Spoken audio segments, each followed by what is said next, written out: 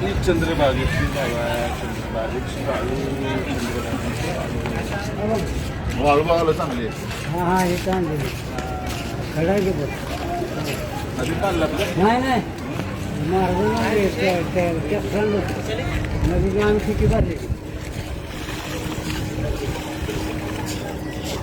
घेऊन आले ते हां चांगले वाळू. मी गणेश अंकुशराव, संस्थापक अध्यक्ष महर्षी वाल्मिकी संघ.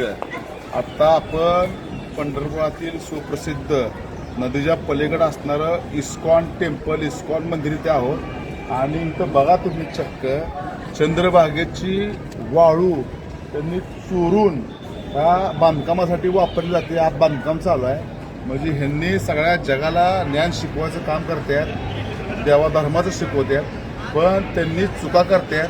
तेच प्रत्यक्षात ह्या चंद्रभागेचं वस्त्रहरण करून ह्या चंद्रभागेची वाळू चोरी करून ह्या ठिक्यामध्ये भरली जाते. ही बघा तुम्ही इथं काय इथनं ह्या माध्यमातून ह्यांची बांधकामं चालू आहेत. एवढं मोठं बांधकाम ही पूर्णपणे चंद्रभागेच्या वाळू चोरीतनं झालेलं ही बांधकाम आहे. आणि शासन यांच्याकडे का दुर्लक्ष करतंय?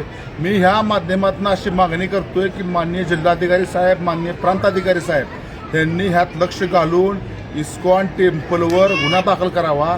कारण प्रत्यक्षात चंद्रभागेच्या पात्रातली वाळू पोत्यामध्ये भरून इथं आणली जाते आणि इथं ह्यांचे बांधकामाला वापरले जाते. आज बांधकाम चालू आहे, वर बांधकाम चालू आहे आणि यांच्याकडं पूर्णपणे दुर्लक्ष केलं जाते.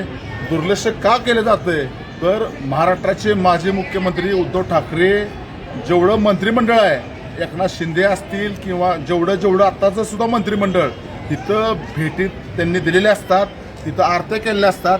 त्यामुळं मंत्र्यांचे वशिले आहेत का असा गैरसमज अधिकाऱ्यांचा होतो आणि त्यामुळं अधिकारी सुद्धा त्यांच्यावर कारवाई करत नाही.